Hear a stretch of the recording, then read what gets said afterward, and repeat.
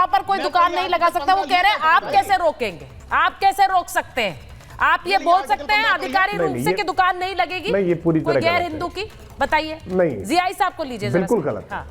बिल्कुल गलत नहीं है। रिवाइंड करके देख लीजिए, आपके दर्शक देख रहे थे। मैंने बिल्कुल ये नहीं कहा फराज किदवई झूठ बोलने का प्रयास कर रहे हैं। मैंने स्पष्ट तौर पर कहा कि पिछले दिनों में जिस तरह के इंसिडेंट्स हुए हैं, उन इंसिडेंट्स के कारण लोगों के मन में ये चर्चा आई है कि ऐसा कोई स्थान जहां पर आस्था को ठेस पहुंच सकती है, कोई खाने पीने की ऐसी दुकान लगाएंगे और आप अगर आस्था को ठेस पहुंचाने का प्रयास करेंगे तो निश्चित तौर पर इसको लेकर के चर्चाएं हो रही है, सवाल खड़े हो रहे हैं। इन सवालों के जवाब तो ढूंढने पड़ेंगे ना कि आस्था के स्थान पर आस्था को ठेस पहुंचाने वाली मनसा लेकर के अगर कुछ लोग जा रहे हैं तो उनको चेक किया जाना चाहिए, उनको रोका जाना चाहिए। और ये पूछ रहे हैं ना सार्वजनिक स्थान पर जाने से रोका नहीं जा सकता है। अरे रोका जा सकता है बिल्कुल, अगर इस बात का पूरी पर्याप्त समाधान मजिस्ट्रेट को हो जाता है कि किसी व्यक्ति की उपस्थिति से वहां कानून व्यवस्था के बिगड़ने का खतरा होगा, वहां सेंटिमेंट हर्ट होंगे, तो निश्चित तौर पर रोका जाता है। अभी देखिए ना, आपके सरकार, आपके प्रतिनिधिमंडलों को बार बार जहां दंगा कराने के लिए आप लोग जाना चाहते हैं, रोकते हैं ना, इसी संविधान की ताकत के तहत रोकते हैं। बिल्कुल रोका जाएगा। अगर लगेगा कि फराज किदवई जाकर के वहां माहौल खराब कर सकते हैं तो बिल्कुल फराज किदवई को रोक दिया जाएगा। प्रेमानंद जी महाराज हमारे साथ जुड़ गए हैं, मुफ्ती मंजूर जियाई साहब हमारे साथ जुड़ गए हैं।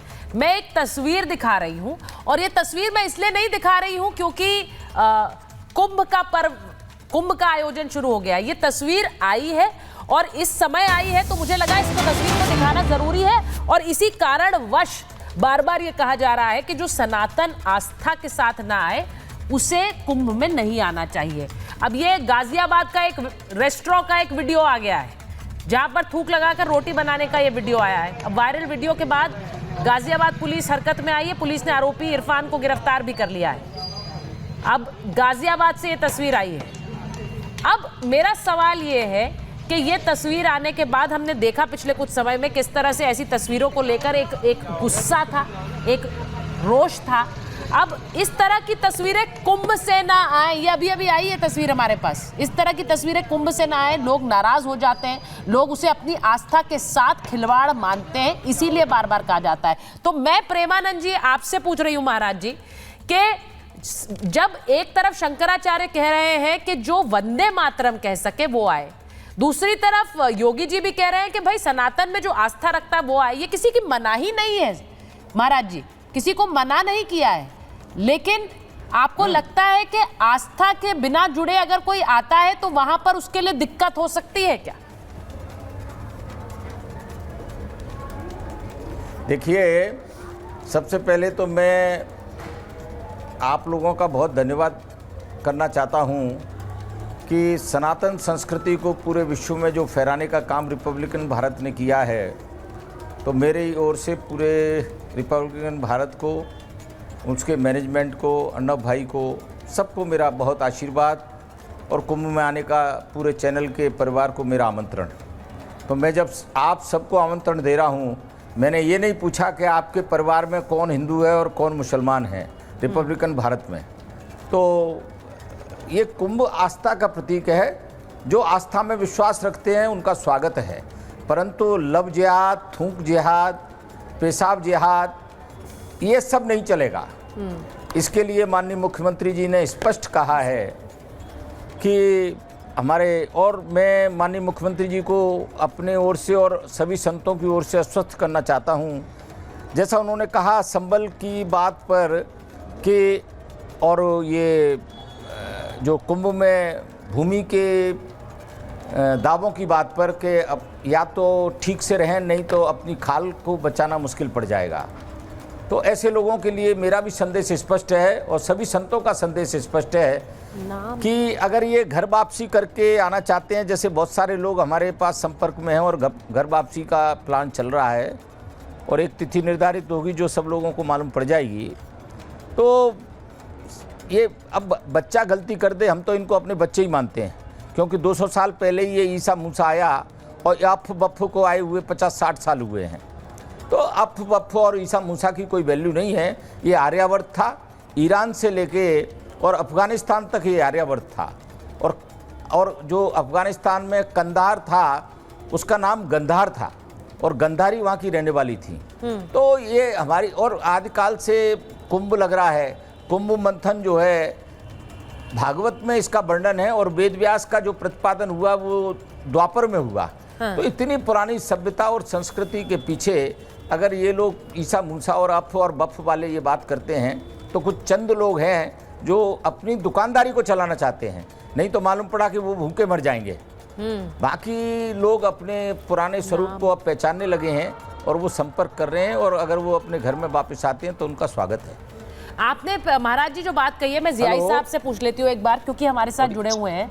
प्रेमानंद महाराज जी जो बात कह रहे हैं जियाई साहब, आज तो वो मौलाना साहब भी यू टर्न ले बैठे हैं जो कि वक्फ की जमीन पर कुंभ का दावा कर रहे थे, उन्होंने यू टर्न ले लिया। वो कह रहे हैं कि वक्फ तो मुसलमानों को ही तंग करता आया है, तो वक्फ पर तो कार्रवाई होनी चाहिए, ये भूमाफियाई है, वो ये कह रहे हैं।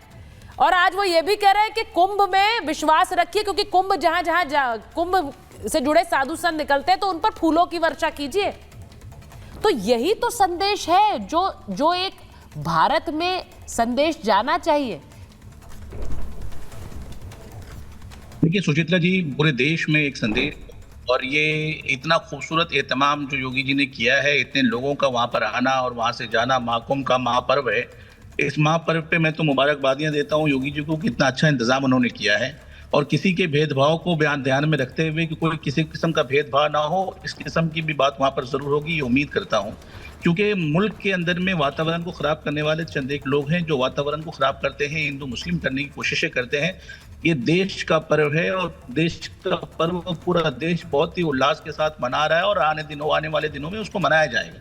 लेकिन बात जहां तक दो बातें सामने जहन में आती हैं कि किसी को टारगेट करना, किसी मजहब के बारे में बार बार किसी चीज को टारगेट करके कहना, ये मुनासिब बात नहीं है, और ये हमारे देश की सभ्यता नहीं है कि किसी एक देश के एक धर्म में विशेष के लोगों को टारगेट किया जाए, उन्हें कुछ कहा जाए, उनके बारे में बार बार अब थूक जिहाद, ना पेशाब जिहाद, ना क्या जिहाद, ये महाराज हमारे कह रहे हैं। महाराज देखिए, ये सर्वधर्म की बात है कि हम लोग हमेशा मान सम्मान करते हैं। आप आए, हम फूलों की वर्षा करेंगे, हम आपका ध्यान रखेंगे, और हम जब जाते हैं तो आप हमारा ध्यान रखते हैं। एक दूसरे का मान सम्मान होता है इस देश में। तो ये सम्मान वाला देश है, ये मान वाला देश है, ये दूसरों को सम्मान देने वाला देश है। तो ऐसे में ऐसी भाषाओं का इस्तेमाल करके देश और दुनिया में अपनी छवि को खराब करना यह मुनासिब नहीं है। कि इतना खूबसूरत मेला और त्यौहार लगता है, इस त्यौहार में एक दूसरे का सम्मान किया जाता है। हर एक शख्स अपने पाप को, अपने तमाम चीजों को धो करके पुण्य तरीके से नए सिरे से अपने आप को आजमाता है और दुनिया में ला करके बताता है, देखो हम वो हैं जो दूसरों को, अपने दिलों के अंदर में कुछ भी कजी है तो उसको खत्म कर लेंगे गंगा के पानी से। लेकिन इस तरीके की भाषाएं अगर होती रहेंगी तो मुनासिब नहीं है। योगी जी ने बहुत अच्छा संदेश दिया है, वो ये है कि जो जिस धर्म को मानता है उस धर्म को अच्छी तरीके से पालन करें।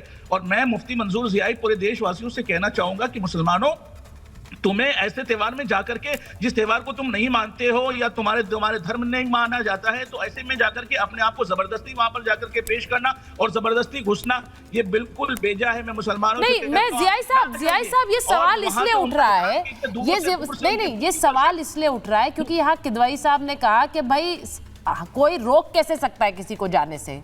ये बात उन्होंने बिल्कुल सही कही, किसी को कोई रोक नहीं सकता है। मैंने राकेश जी से भी कहा यहाँ पे कोई रोक नहीं सकता। लेकिन दूसरी बात ये भी है कि जो हाजी साहब ने कही, उन्होंने कहा मैं नहीं कहूंगा जय गंगा मैया की। तो अगर आप इस भाव के साथ जाते हैं तो फिर तो आप मत ही आइए, क्योंकि आप जानते हैं कि एक ऐसा पर्व है जहां करोड़ों लोग जुट रहे हैं दुनिया भर से, वो जिस आस्था के साथ आ रहे हैं। अगर आप वहां पर जाकर ये बात और कह देंगे कि मैं नहीं बोलता गंगा मैया की जय, या फिर मैं नहीं बोलूंगा, मेरी आस्था मुझे मुबारक है, आपको अपनी होगी, तो फिर वहां पर उसके साथ क्या होगा, इसकी जिम्मेदारी कोई कैसे ले सकता है, जरा बताइए ना। ले पाएगा कोई जियाई साहब? बिल्कुल सही कहा आपने। इसीलिए तो मैं कहता हूं अपने देशवासियों से और खुसूसन मुसलमान लोगों से कि मेरे भाइयों को आप बिल्कुल ना जाइए। क्यों कल होकर के किसी आपको अच्छा करेंगे या करेंगे, आपके एक गलती की सजा पूरे देश के मुसलमानों को दी जाती है, आपकी गलती की सजा पूरे देश के लोगों को दी जाती है। गंगा मैया हमें नहीं कहना, जिनको नहीं कहना वो नहीं कहते हैं, उनको ना कहने दिया जाए, और उन पर कोई जबरदस्ती भी नहीं है। और जबरदस्ती कहलवा करके वहां पर बुलाना और धर्म वहां पर परिवर्तन करवाना और वहां पर अपने धर्म में लोगों को लेना, जिस तरीके से महाराज कह रहे हैं, ये किस तरीके की भाषा है? ये देश में कैसा पैगाम जा रहा है? मैं तो कहता हूं कि जो जिसको मानता है उसको पूरी तरीके से माने, और जो जिसको नहीं मानता है ना माने, अपने घर में रहे। और अगर उनके रास्ते में जाने वाले महापुरुषों को, जाने वाले महाराज को, जाने वाले लोगों को अगर फूल की वर्षा करता है, ये बहुत अच्छी बात है। उन्हें शरबत पिलाइए, उन्हें पानी पिलाइए, उन्हें खाना खिलाइए, उनके साथ में फूल की वर्षा उनको कीजिए। देखिए, मैं यही तो बात कह रही थी।